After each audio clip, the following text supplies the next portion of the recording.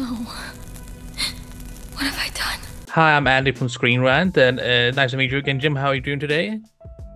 Hi Andy, I'm doing great, and I have a feel. I think Screen Rant is likes us, so I'm happy to see you. Yeah, we talked for part one, so it's been a few months, but no, I just finished watching part three earlier today, and I just You wanted watched it first, today. yeah, no, I was curious what I wanted to see it. I'm a nerd, like Oh no, you you know, got to see it. But I'm shocked that you're even are able to pull yourself emotionally together enough to do an interview, and that you're not just sobbing in a corner Oh somewhere. no, I was sobbing. I'm like, damn, animation still gets me. So I just want first. I just want to start with you, like, having gone through this process now of having released part one, part two, part three. Like, how are you emotionally at wrapping this whole thing up? Well, it takes so long to make these things that there's a huge gap. It's sort of like looking at your a high school biology paper you wrote. It feels like it's a long time ago. When it happened, it was very emotional to finish it, and then we had it again, watching an animatic, and then watching then doing the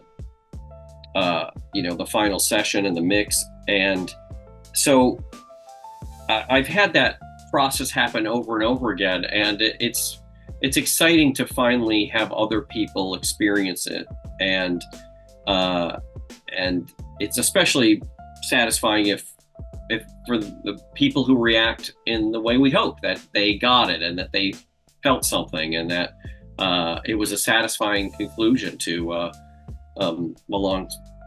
short series of movies. One of the emotional beats of the film is, of course, we see a lot of losses of universes and of characters, but also, we saw a lot of homages to past franchises and whatnot and so on.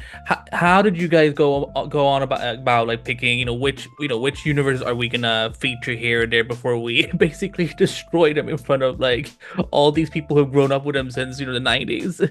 It was really tricky I mean, we knew we had to do JLU, and we knew that it was a great opportunity to do BTAS.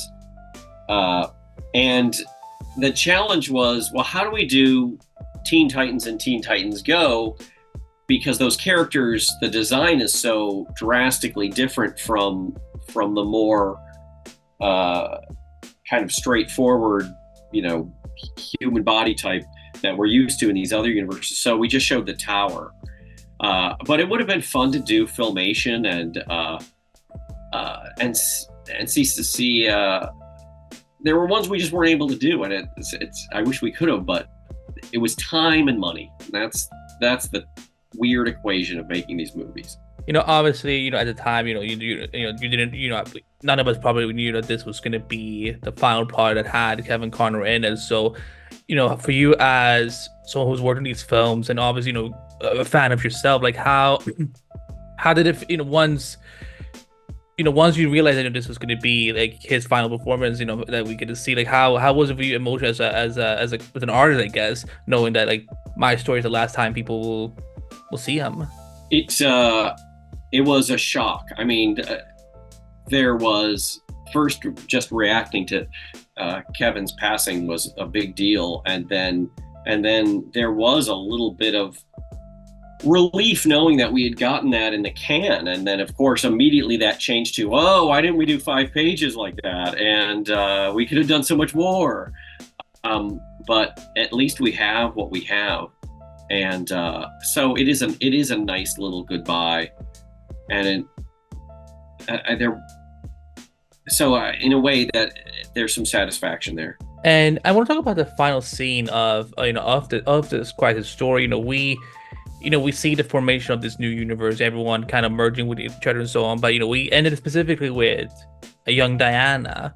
What can you share here? Like why was specifically her that we ended it with? I guess we got a glimpse of this new universe, but I don't know if how much we're gonna see of it after part three. Well, none. You're gonna see none of it.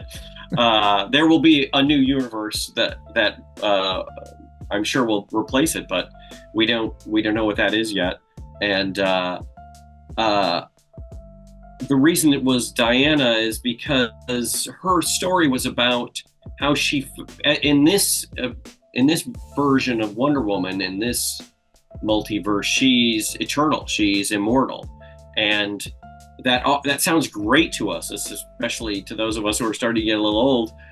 But the reality of it is she's spent thousands of years watching people die at one after another, and so it's a kind of tragedy. And so in a way, not only does she get to have that satisfaction of having a life that has a beginning, middle, and end, and is not just a constant, but she does it in the service of billions of, untold billions of other creatures. And then the reward is she lives a life that is mortal. That was the little end moment for her, that she gets the thing she wanted, which was to be human.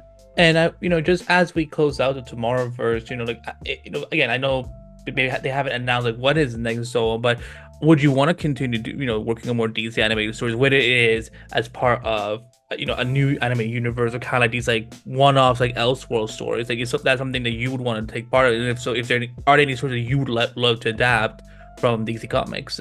I would be happy to do it, and there are a lot more Elseworlds to dig into. I think that's not on the slate right now, but maybe someday it will be. And if so, I've got a notebook full of ideas. So give me a call.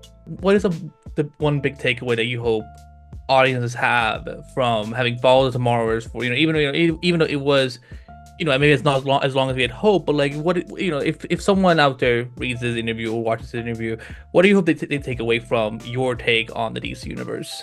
Well, I hope that in the end, there are all those characters. You see them all on the monitor satellite, and you see them on the alternate Earths, and they're costume characters for the most part, and so we are invested in them, and we might have a history with them, or maybe they're ones we don't even know. But I think if there's something I want people to take away, is that all of them have a part to play, all of them are important, and it was vital that they were all there. You don't get to see what everybody did. You don't know what Booster Gold did during this crisis, but they are all there, and they all matter. And if you extrapolate that, then you matter. The viewer matters. The audience matters. Everything you do has a consequence and has importance. So that's the point I hope people walk away with. And also, just finally, I don't know if if there's something that you can speak on, but are there any chance that we may ever see because I know some of these films sometimes they get re-released and so on, because these were pre-part. Is there any chance that we may ever see like a combined version of it? I hope so. I hope so, because that means there'll be another poster, and I'll have another poster to put up. But yeah, it would be. I'm interested to see if people do watch it in its entirety, in all three movies together, which is a pretty long movie. It'll be interesting to see if that changes the way people perceive part two. If it feels different now that you know the whole story. That's fair. Well, Jim, I'm gonna thank you for your time, and thank you for again, I really enjoyed these movies. Again, I again, Crisis is one of the most emotional stories of all time. So seeing this just being adapted, again, I know it's not easy. So, but I want to say congrats on a solid trilogy of one of DC's most complex stories of all time. And hopefully I will see you back in the DC world sooner rather than later. Thank you so much. Great talking to you. Likewise. To die so that others may live is a magnificent act. A hero's death. Bloody tragic this is.